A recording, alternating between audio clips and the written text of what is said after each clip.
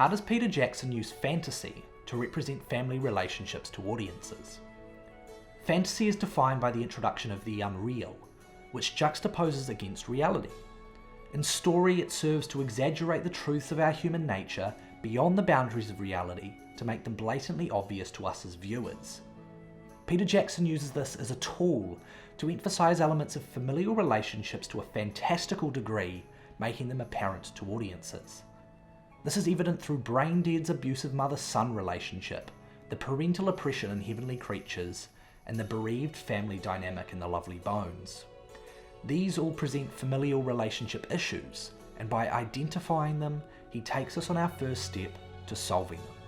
One of Peter Jackson's earliest films, 1992's Braindead, utilises fantastical elements in order to represent an abusive mother-son relationship and the effect that this can have on a child.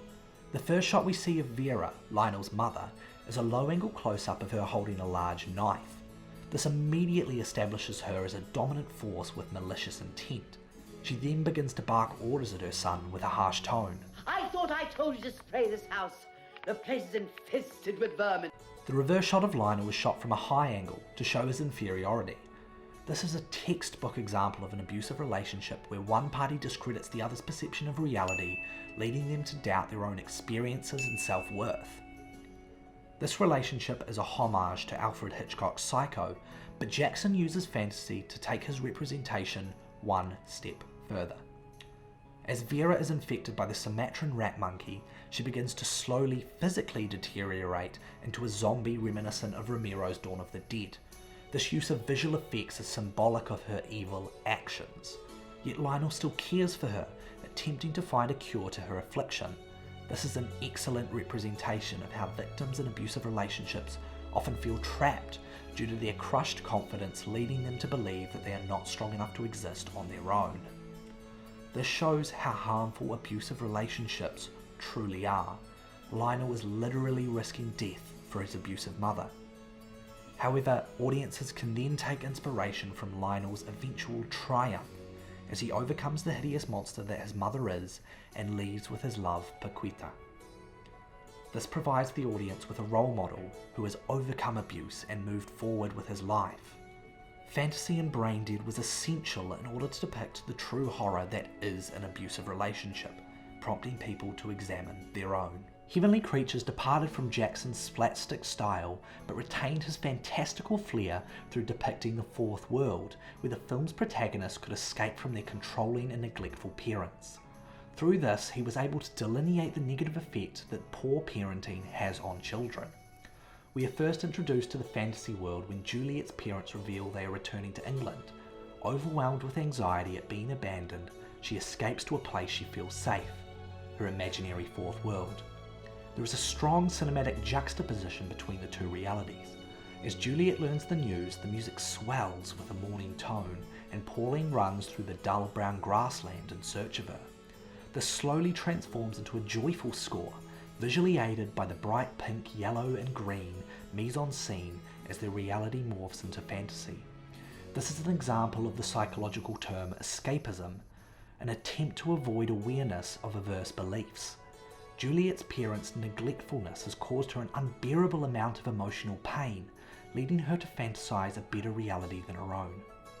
Opposingly, Pauline feels trapped by her mother and uses the fourth world to escape to a world free of this oppression.